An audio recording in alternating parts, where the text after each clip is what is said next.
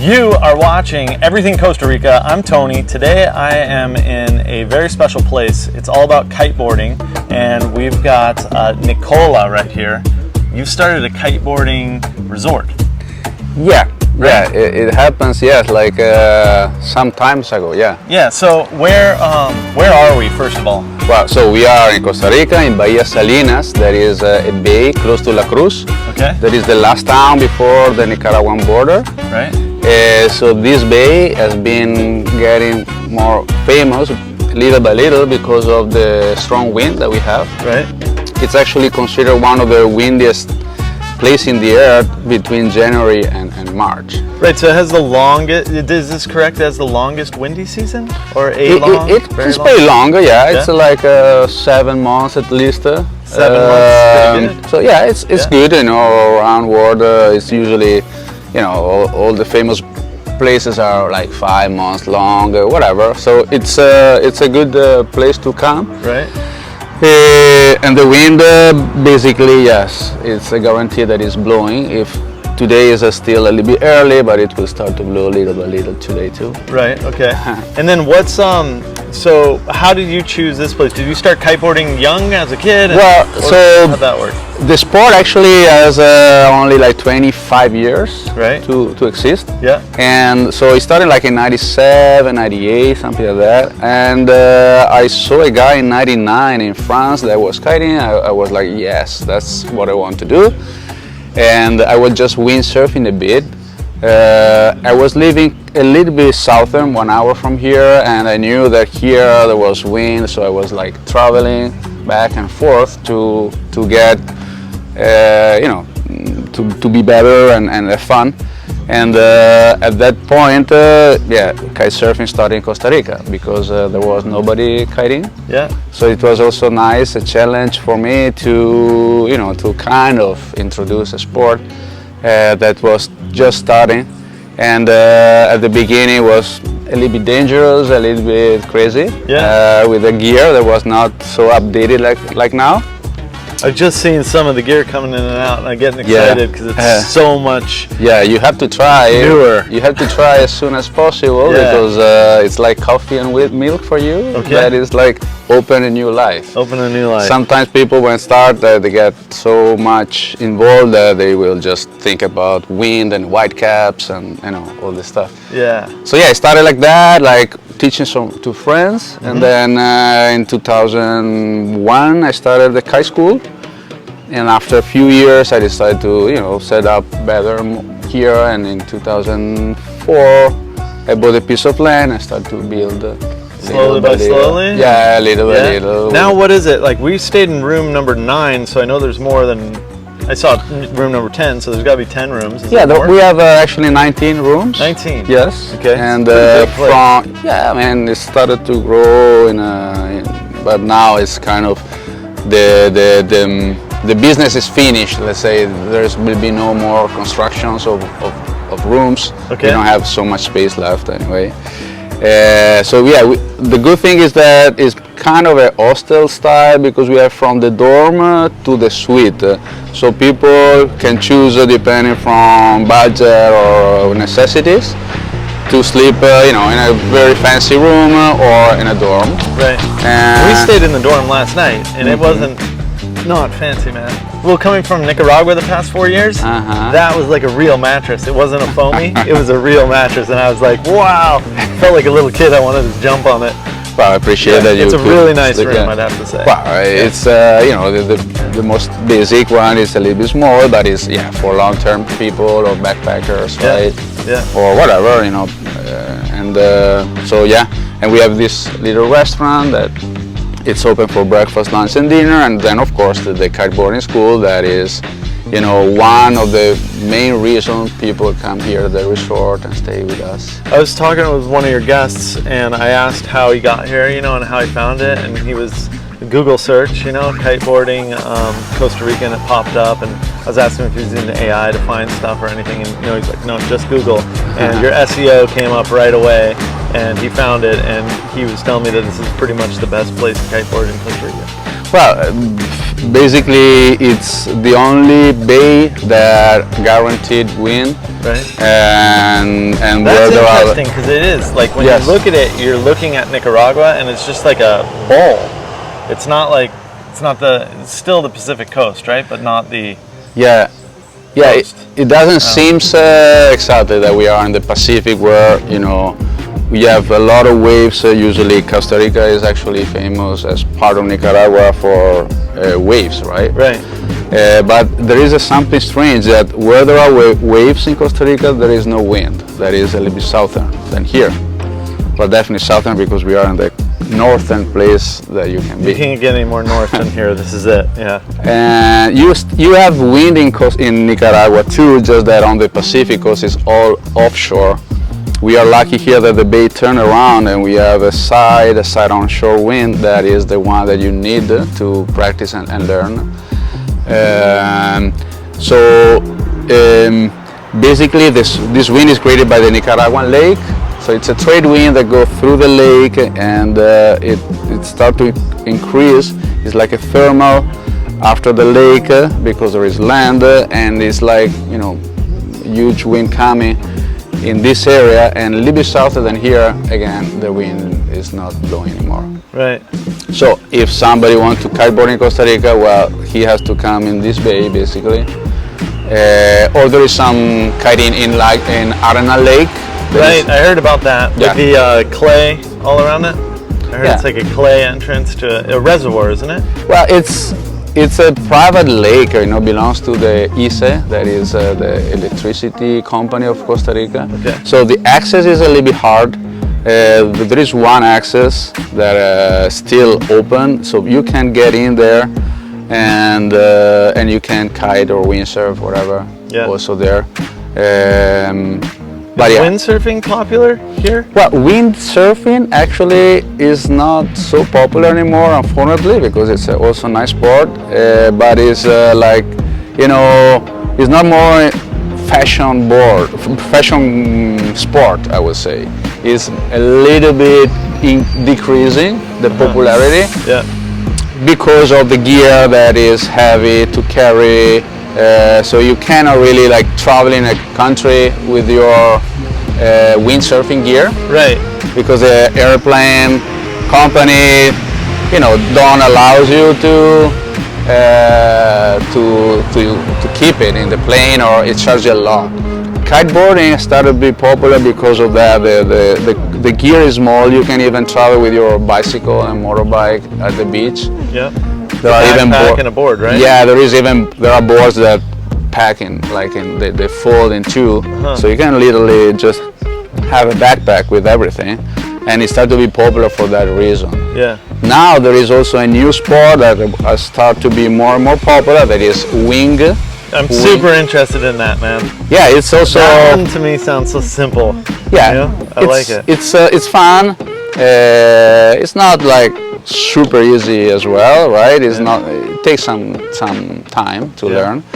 Mostly because you are on a foil board, right? So you're in a magic carpet, flying over the water, but you have the wind on your hands compared to kiteboarding, that you have the wind that is basically spread out in the harness. You're hooked in on the harness, so you feel the wind on your body. And when you wing, you have it in your arms, basically. So in it's your all hand. arm muscle. Yeah. I mean, once you deal with technique, you have some good technique, then the physical effort is less and less, right? It's a sport that I usually say to everybody that is for every age, from 10, 12 years old kid to 70 plus years old person. You can manage the sport, so it's not so physical. It's balance and technique, and that's it. Yeah. I've seen the people that are at your resort. Everybody's ripped. So I'm looking at it everybody's so fit. And I was talking with Carl yesterday, and he was he's I'm 61, but I'm fitter than I've ever been, and he looks fit. He's ready to rock. And I was just thinking, I actually did kiteboard. I have 2 kites, back in the day. All So right. in 99 and 2000, I was riding in Long Beach. Just at the beginning. Yeah, right? just at the beginning, and my brother actually really fell in love with it. Like we took a lesson and stuff, and then it was like, I get it, you know, it's like snowboard, board sport, but it was like a whole new thing because we didn't need the boat. We did a lot of wakeboarding, Yeah. and it's like not having a boat is fantastic. You know, Yes. winterizing, summerizing, launching it, taking it out, gas, buying the freaking thing, Yeah. all the problems with it, and then you could just get on a kite, and it was like pretty similar. Only you can jump way higher. Yeah, that's You know? a good thing because it's a three-dimensional sport. Yeah, And then once you are stuck in the water, because at the beginning you don't want to get air, actually, because it feels dangerous. Once you know how to deal with that, then you want to try to get, you know, to Fly. jump higher and the human higher. dream, man, fly Yeah. with the birds. And you know, nowadays the records are over 30 meters high, so it's like 10-floor building, right? And you land after a soccer field ground, Flying. because you land 100, 150 meters long. Wow. Yeah, these are the I wanna do the that. pro Yeah. and the good ones. Right? Yeah. But you know, people after some couple of years they can start to jump to like around 10 meters. That is again a good amount of Plenty air. of height. Yeah. And then when you see down, it's like it's kind, it's nice. You Yeah. can see the stuff from a different vantage point, right? Exactly. What are some of the things that you see in this bay, like when you're, because like when you're wakeboarding and you get outside of the wake and you go on the side and you get some glass, you can see down and you see cool stuff. Yeah. So what do you see out here? Well, so you have to consider that when it's windy, the water is more choppy, right? So it's more wavy. Yeah. So it's a little bit different from wakeboarding, that you have a flat water, you know, calm. That's what. You want the opposite. Yeah, Wakeboarding well- want no wind. Exactly, exactly. So we are also in the Pacific, and it's not like a super clear sea, Right. because it's rich of plankton, right? So you can see definitely turtles. Yeah. Okay, the sea turtle, the green turtles, they are pretty big. Yeah. Once in a while we see whales. Okay. So after like close to the Nicaragua, the water is deeper, and they are like going back and forth there. Yeah. So mostly this, you know, and then some eagle rays. Yes, when you jump, actually, where there is flat water, in low tide is more flat.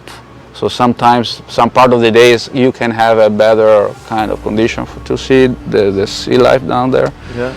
And so, yeah, you can also see the eagle rays that are very nice. Yeah. And some fly fish. So sometimes you run with a kite, and then with the fly fish around you, and they compete with you. Totally connected with Yeah. nature out there. Yeah. And no noise. No boat noise, right? No, just the wind and the water, and so yeah. I mean, mostly what you will see people here is the happiness to be there and dealing with the nature, right?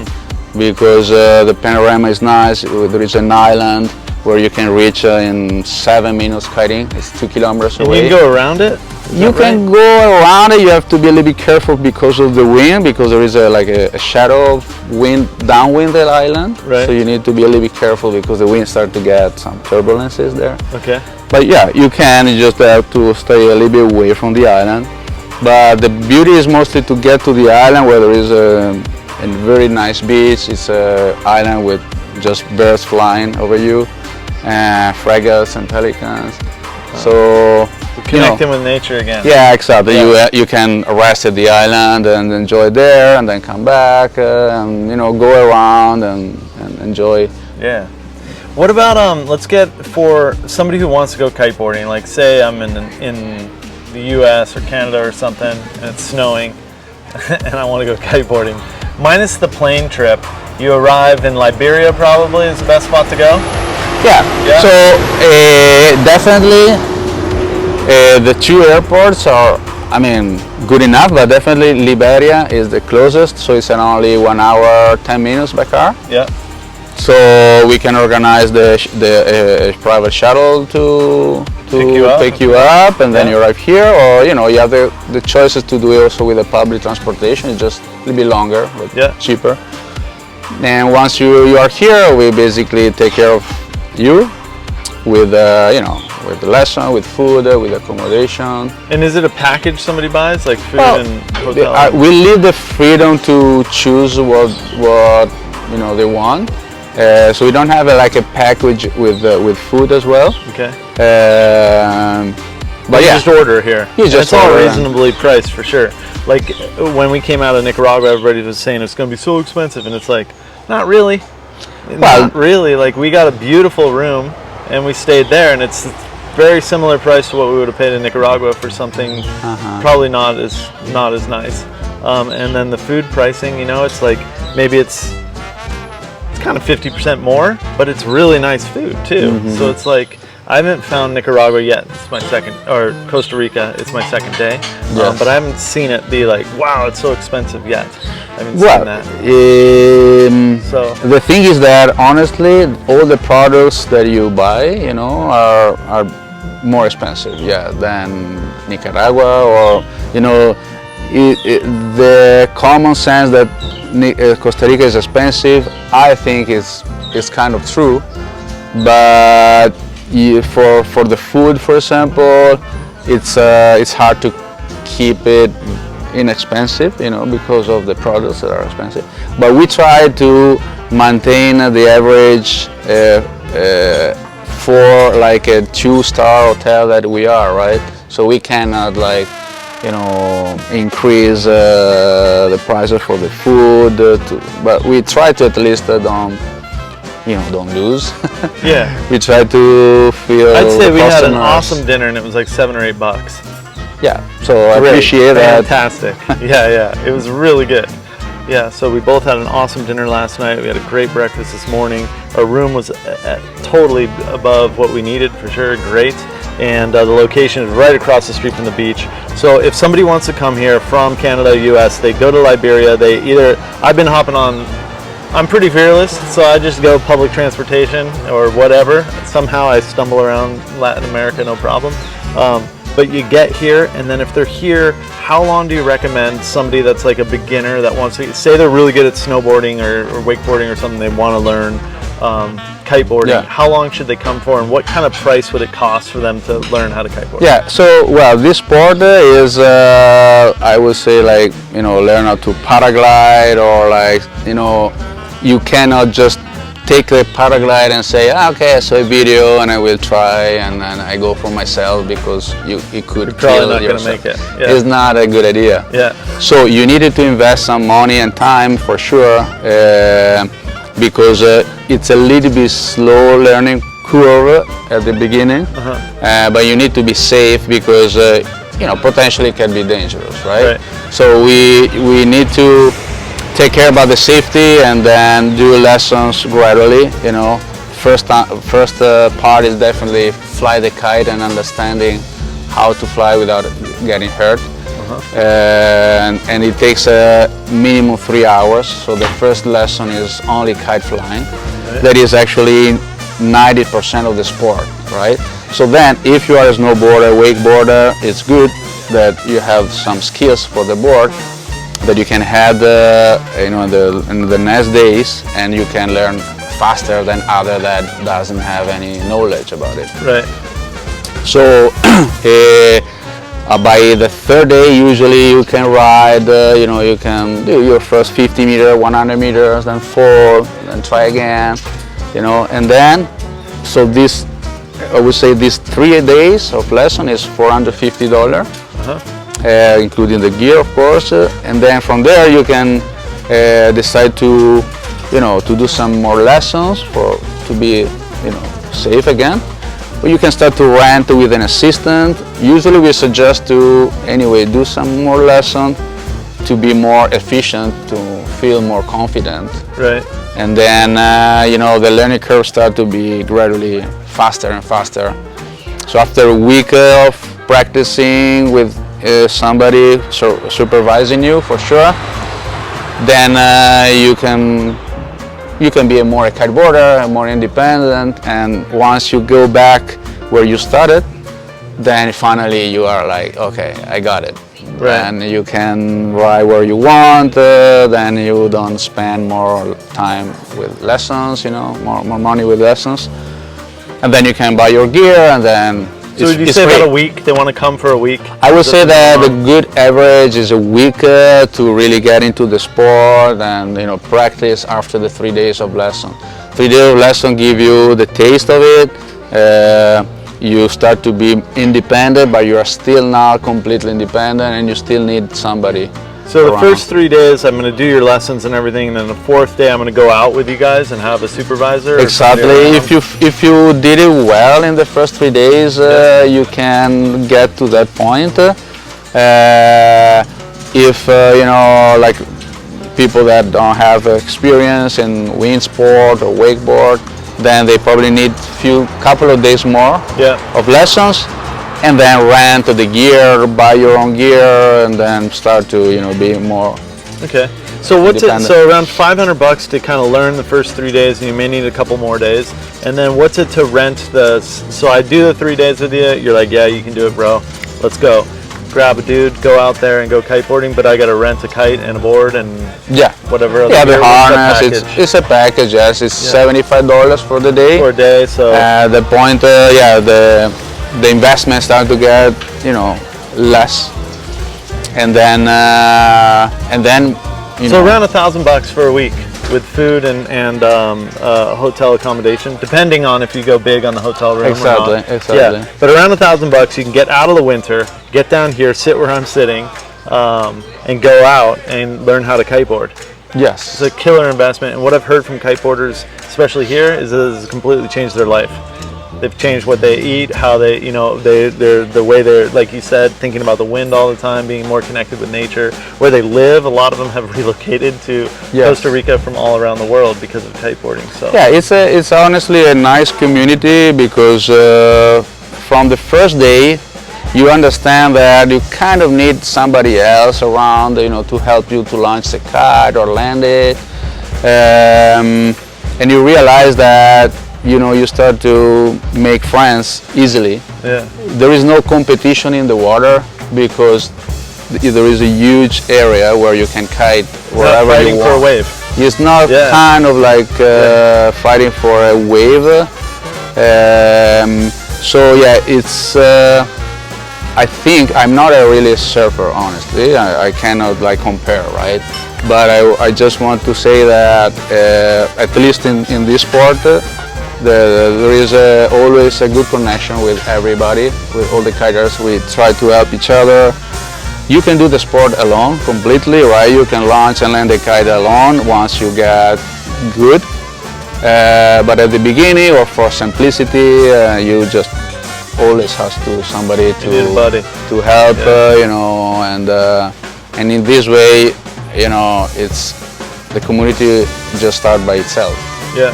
Fantastic. Yeah, it's like it is a niche market, niche community. A lot of people from all around the world here. An amazing amount of Canadians here. Yeah, I mean, there are. Everybody's speaking French around here. Yeah, they're from Quebec. Right now there are direct flights to Liberia. Yeah. And that makes everything easier, right? Of course. So people start to come here even for 4 days. Sometimes. Yeah. Boom. Because exactly, boom, kite, and and see the forecast. Okay, it's windy. Let's go, and they come down here. One plane ticket, boom, and you're in Costa Rica. Unbelievable. All right, well, the name of your place again is called Blue Dream, right? Yeah, it's called Blue Dream. Blue Dream Kiteboarding Resort. Kiteboarding Resort on Facebook. We'll put the links in there for you. Do you have a YouTube channel?